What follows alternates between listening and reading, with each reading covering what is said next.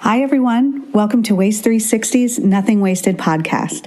On every episode, we invite the most interesting people in waste, recycling, and organics to sit down with us and chat candidly about their thoughts, their work, this unique industry, and so much more. So thanks for listening and enjoy this episode.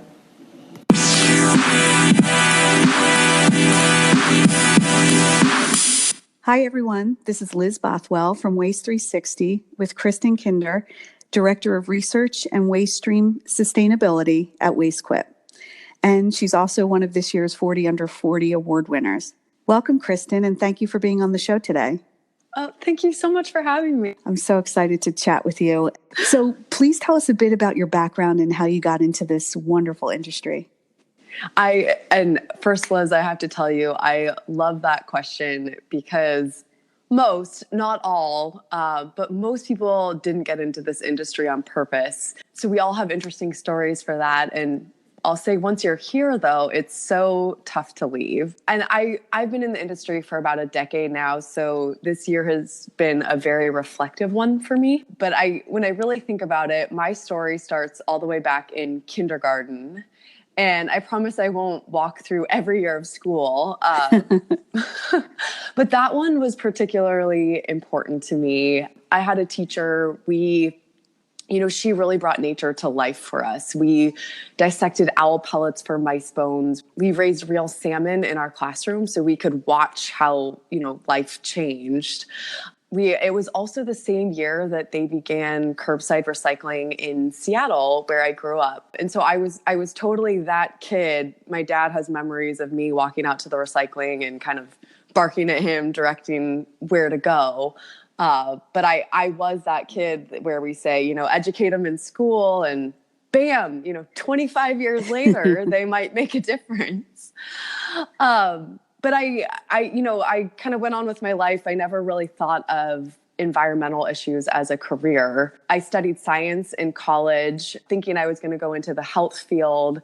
And again, at that time, there were tons of people I know now in the environmental field, but at the time, there wasn't a very clear connection for how to build a career. Looking back, even my ecology courses really helped me. And I think about natural selection and what I learned in evolution all the time. And I think it's so relevant really to what we're talking about with sustainability these days.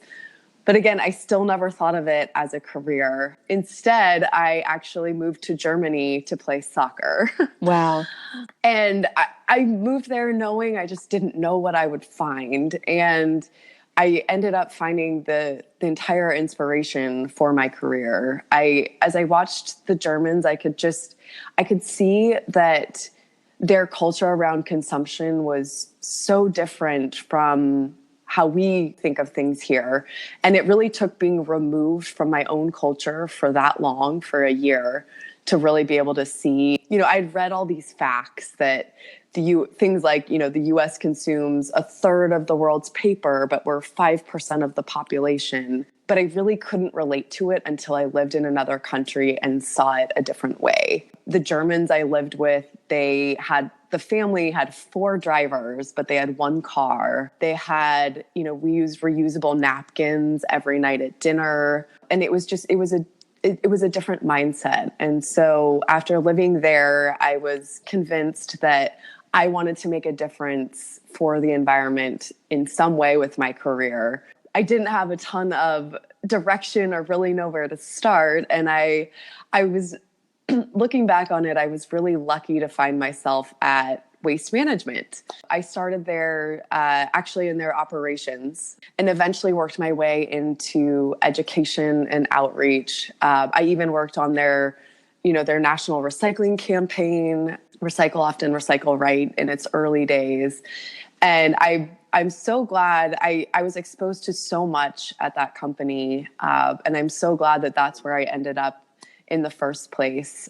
At the same time, I was actually taking an environmental law certificate program at the University of Washington just to see if environmental law was something I might be interested in. And comparing that with my experience from waste management, I actually quickly saw that I did not want to be a lawyer. And telling people what they can't do felt draining to me. And I was able to compare that to an experience of working in, I'll say, corporate America, where I felt like businesses could be part of the solution. And there's just, when a business finds value in something, they have the ability to make change very quickly. And that felt uplifting and exciting to me. I also spent a good amount of time at NG Insight. While I was there, I got to do all of our dumpster dives, which in this industry, I'm always hesitant to call it that because it's attractive, but I want to be clear, we're very safe and don't actually dive in a dumpster. But I got to see, you name the industry, and I got to see the waste that comes out the back end and spend time in landfills and transfer stations and all these glorious places that, most people in this country don't want to spend their time, but I find them fascinating. I also, while I was there, took a stint in product management. So I got to understand P&Ls and strategy, and I got more entrenched with the business side of things. And while I was there, I gave a TED Talk on circular economy at TEDx Spokane, which is one of the most exciting things I've ever done. And from that, our CEO at Wastequip contacted me with the $1 million question, what's your dream job? And nice. That's actually, I know, I had hoped someday I would earn that question, but I certainly didn't expect it at this point in my career. But he helped me take my dream and then build an even bigger dream. So it has been just the coolest experience getting to start this new role that I'm in. And I'm so excited for every day going to work. Oh, that's fantastic. And Yeah. You can really hear the passion in your voice, and what a wonderful ride so far. It's been quite a decade for you. And it sounds like the roles that you've had over the past decade are very much focused on collaboration. So you could probably teach us all something about doing this well. Any tips on how to collaborate well across teams, departments, and functions that you can share with us today? Oh, that is a great question. Yeah, I have a couple thoughts on that from different angles. The first thing I will say, and this is one of the reasons I say I was lucky to find myself at Waste Management, the ability to learn the front lines of our business, I think, is key to anything you want to do. To make change, you have to make the change relevant to, I'll say, the curb.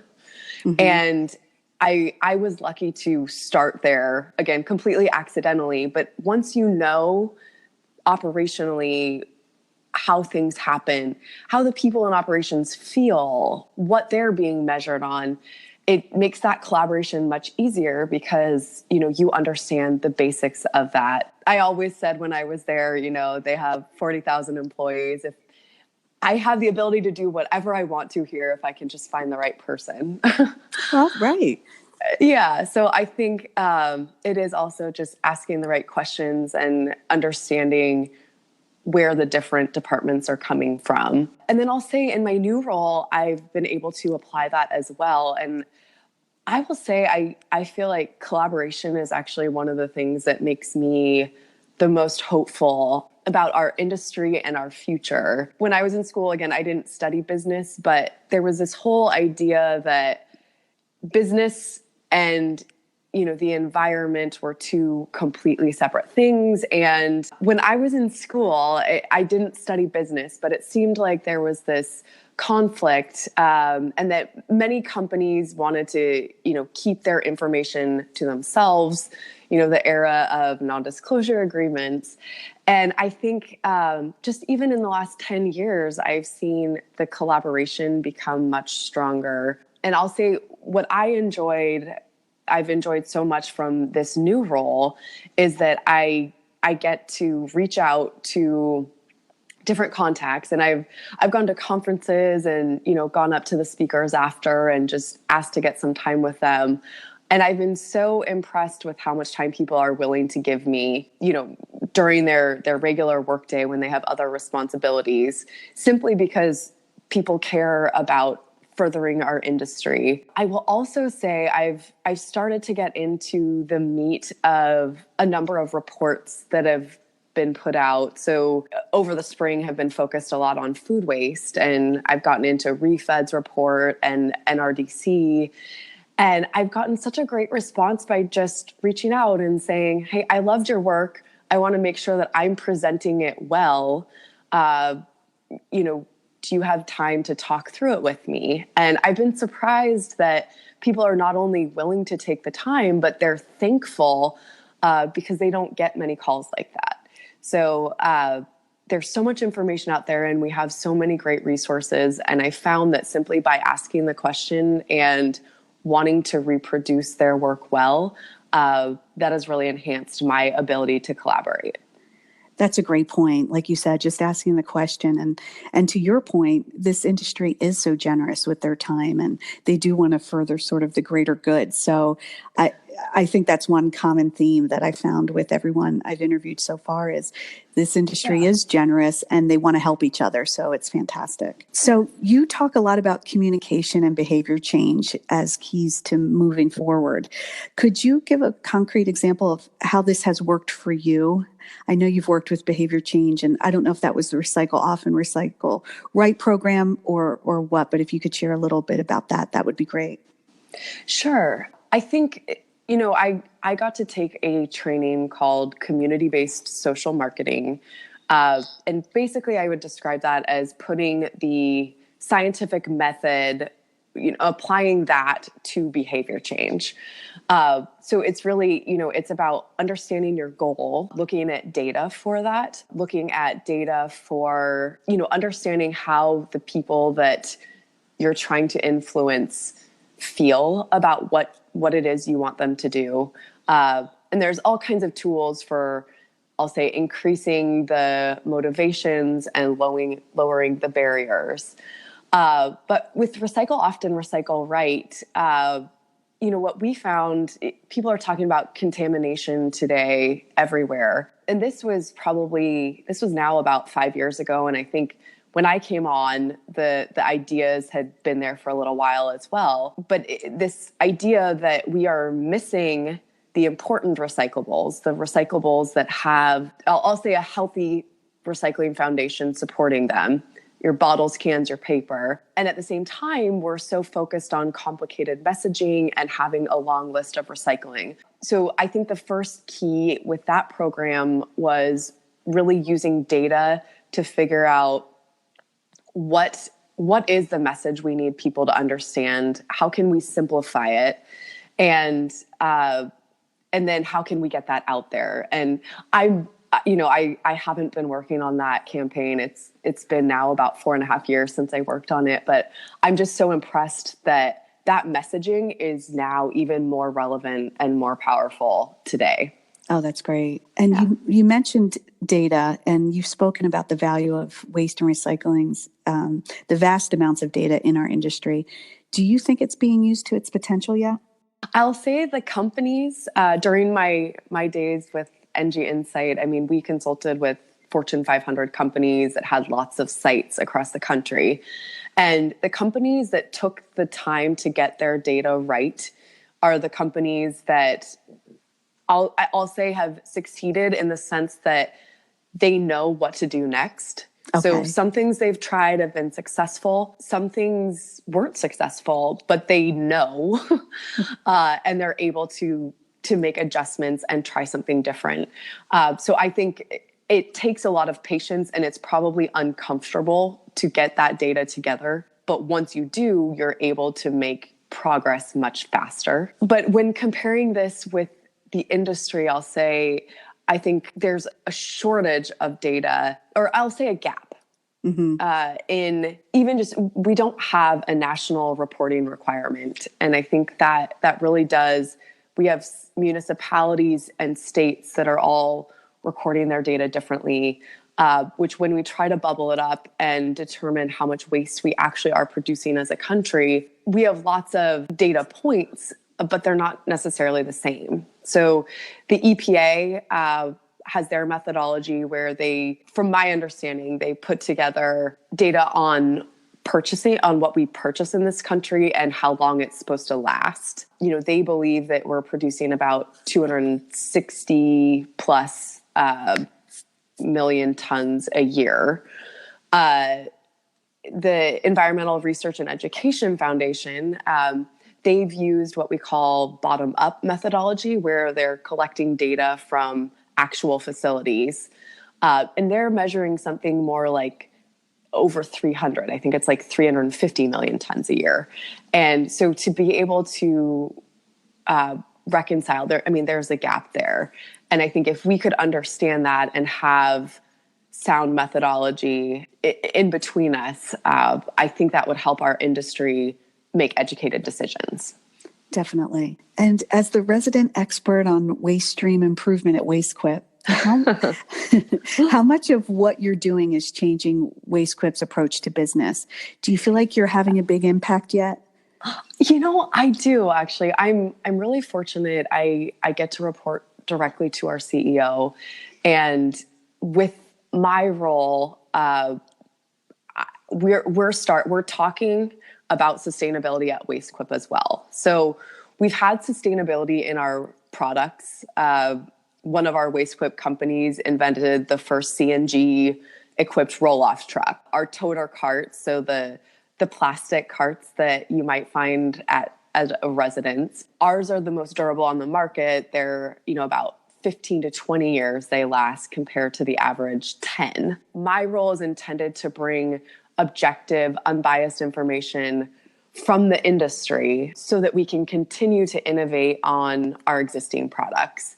Okay. And honestly, create more, actually, is probably a better way to say it.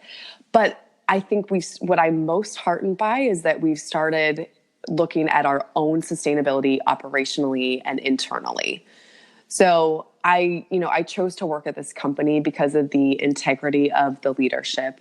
And because of that, I'm confident that the actions we land on will truly make a difference. And we're certainly in the process of defining what those should be further right now, and doing it in a way that's not greenwashing, which is important. And I'm just, again, I think if you have that integrity and interest from the top, which we're so fortunate to have, you can make that change quickly. And then it's just a matter of fitting it in with messaging and the certifications that already exist so that we're speaking the same language as, the rest of the industry and other companies we're doing business with. Sure. And so what's next for you in your role? What are you most excited about diving into? Is it some of this sustainability stuff? Is it product development? Yeah. So, and actually, I should probably clarify a little bit more about what my role actually is. I get to be our connection to the industry. So I get to study in depth what are the pertinent, relevant topics today. It's really important that my work is unbiased for two reasons. The first is that we want to be basing our product development on trustworthy, sound information. And the second is that I get to, I'm completely blessed to share what I'm working on and what I know with the industry to move us all forward. And so that unbiased nature is really important because I want to be a trustworthy, I'll say, expert and resource for the industry. So I'm still kind of pinching myself. I get to do this. So my role, I certainly expect I'll be involved in product development, but I don't own actually developing the products. I own bringing back the quality information. And so I'm most excited. This year, I did, the product manager in me this fall put together a list of 25 to 30 topics. It's continuously growing, but of all the things that are important in our industry right now and all the different ways we can approach it. And after doing, a rigorous scoring system and all of that, I came up with the two topics that I think I could have guessed on day one if you'd given me 30 seconds. And that's, I'm getting deeper into food waste. Nice. And then understanding how our recycling programs and systems are changing and impacted by the changing markets. Got it. Oh, that's exciting though. It's really exciting. And speaking of food waste, you moderated the Scrap Your Food Waste panel at Waste Expo. What did you learn from that insightful discussion? I just listened to it myself, and I learned so much. I'd love to hear it from your perspective. Yeah, well, the first thing that I got very lucky on, but we had just such a diverse group of panels. For anyone listening who wasn't able to attend, we had Ned Foley of Two Particular Acres, and he is a farmer and a composter, and he also hauls material in Pennsylvania. We had Charlotte Pitt from the city of Denver, who's been part of their program since before it started, about 10 years ago, a little more than that. And then we had Dave Vaughn from Recology, and he's been working side by side with the city of San Francisco with their program. Recology has a number of composting facilities and their own hauling. So we had just this wonderful, diverse representation of voices on our panel, which made the conversation really rich. One of my biggest takeaways, and I'm going to steal this from Dave, I should give him credit for it, but it says begin with the end in mind. So think about building the markets and making sure that there is a vehicle, no pun intended, for your materials, and that they have a place to go, and start strengthening that. The other thing really loud and clear was the focus. We talked a lot about the quantity over quality, and if Dave could go back and start again, he would definitely start focusing on quality versus adoption, because I think the way I've heard it explained, you can train an infant. It's really tough to train a teenager. And so I think there are a number of programs that are trying to train teenagers on clean composting. I understand that. That was a great panel. And jumping subjects a little bit, I heard you speak about Rent the Runway a lot. And I love that. I love that company for a lot of reasons. And one is because it's a woman-led company. But what do you like about it from a sustainability perspective? One of the things, and going back to when I was in college, I felt like there was this unspoken principle that business and the environment cannot coexist. There's an inverse relationship. For one to succeed, the other has to fail. And the thing that I love the most about Rent the Runway is that just valued at $1 billion. They are thriving and proving as a company that you can be successful and make money and have a lighter impact.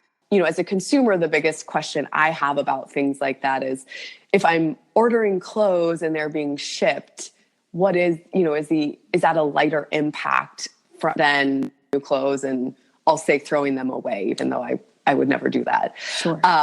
But they're starting to show in their data that is a lighter impact. So I'm heartened by that as a customer as well. And I guess what I love about it is, for those of us who, how do I say this?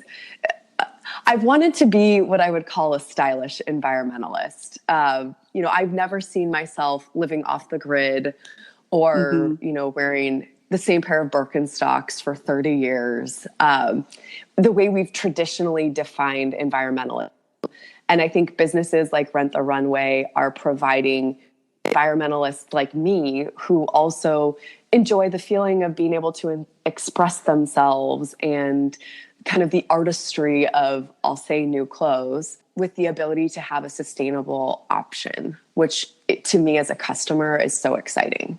That is exciting. And are there other organizations that you think are doing good things, whether it's in the products they're creating, their lightened footprint, their sustainability efforts, et cetera? Absolutely. I mean, I think before I get into any specifically, I think, again, where we ended in the last 10 years, where kind of the story is yet to be written, I think the acknowledgement from the business community about how important sustainability is just, it's getting so much. Yes. And, I think in 2011, about 20% of the S&P 500 experts. By 2017, that was 85%. And I feel like there's just this huge acknowledgement that sustainability matters for businesses to be able to continue and to in the future. One of my, personal favorites that I at home right now is Imperfect Produce. So they take produce that was, I'll say, is off spec. Your potatoes might be, a funny shape, not the perfect shape, but it's the best tasting produce I've ever had. And what I love about it is this is food that at some point would have been wasted. So they're finding new distribution for that. And one of my biggest complaint or Imperfect Produce comes in this beautiful cardboard box that as an environmentalist, I didn't know what to do with it because I knew it should be reused. It felt bad. And just this year, they now in my area have started taking those cardboard boxes back and reusing them in their distribution for food banks, which is just, to me, a really exciting evolution, and also an acknowledgement that businesses aren't perfect, but they're trying to solve the problem, and it takes phases to get there. And so it was nice to see that they're aware Yes. of that challenge and, working to make it better. I agree. And I know you said earlier when you were first coming out of school that tying science to business, and there wasn't really this track for sustainability. I feel like this industry has been elevated so much lately. It really feels right for attracting young, smart professionals like yourself. What advice would you give to professionals entering the industry? I'll echo something I said earlier, but I think the first thing I would say is learn the front lines. I would recommend that in any industry, but the front lines of this industry are so important. And I think that, again, most people aren't quite as strange as I am and may not find transfer stations and landfills interesting places or comfortable places. And so I think there's a tendency to want to shy away from that side, but it is such an important part of our business that I highly recommend wherever someone were to enter to learn the front lines, how recycling centers work, what landfills look like, what it feels like to be there. So I highly recommend that. And I think I've found that showing any bit of interest, people are more than willing to help you with tours or things like that. Mm-hmm. That's great advice. Yeah. And I would also say one of the things I've learned, I've worked for a publicly funded company. I've worked for a private equity funded company and for I'll say a subsidiary of an international mega company. And I think it's important to recognize that the financing of the organization you're with subtly controls your experience there and your abilities to make change. So, I think nonprofits have a very important place in our industry. I accidentally found myself in corporate America. People to know and understand that you can work in corporate America and still make a difference. So for, people like me who know they want to make a difference, who have this passion and just know that you can make a difference in corporate America. And I saw that first in my days at Waste Management. They have over 20 million entities that they serve.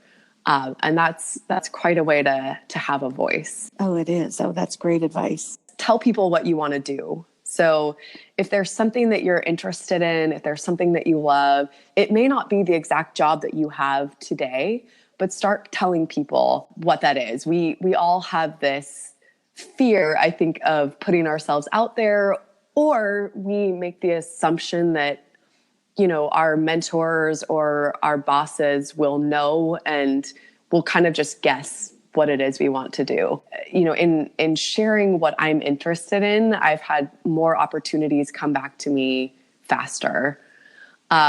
And the last thing I will say, I had a soccer coach. He always told us, if you want to be successful, you have to be comfortable with being uncomfortable. Yes.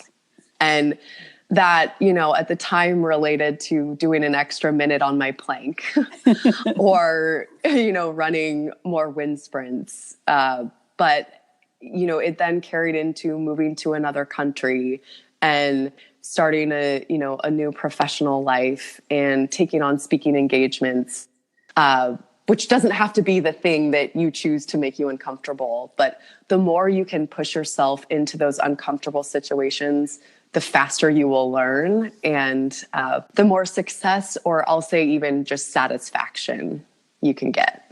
Definitely. And I think you nailed it. I think that's the key to real growth. Yeah, absolutely. So what else should we be paying attention to in the world of waste, recycling, and organics? So one of the things I'm fascinated by, and I think this is something we've been talking about in the industry for a little while, it's called the changing waste stream or the evolving ton. Is that, are those terms you're familiar with, Liz?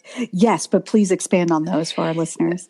Yeah. So the changing waste stream is this idea that our waste stream parallels broader trends in society. So you think about, today we read so much online that the newspapers we generate as a society less than half the number of newspapers that we did 10 plus years ago. Or, you think about how much we order online these days. And so it's this idea that as different technologies come online for consumers, our waste stream changes. And I personally find that, having spent so much time sorting garbage, I find that really fascinating.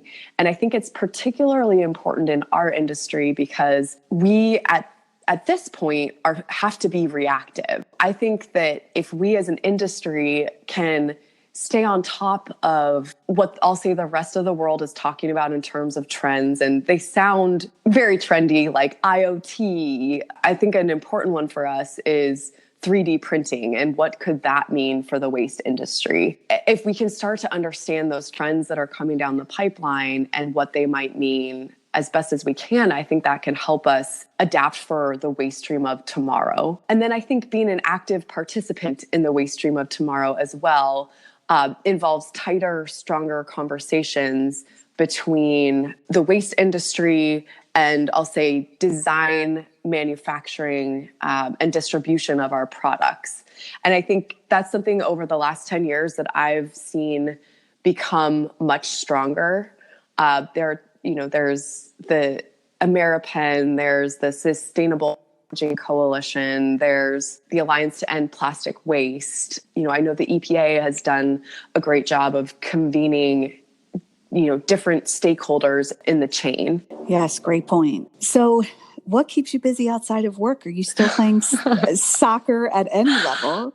I just played last night. I play as often as I can. I love the other sports out there as well, hiking, beach volleyball every now and then. I've gotten back into skiing I'm learning how to garden this year. I'm planting my first garden. So I'm enjoying kind of learning the ins and outs of that. I kind of with your Rent the Runway question, I set a personal goal for myself to not buy clothes for the first 6 months of this year.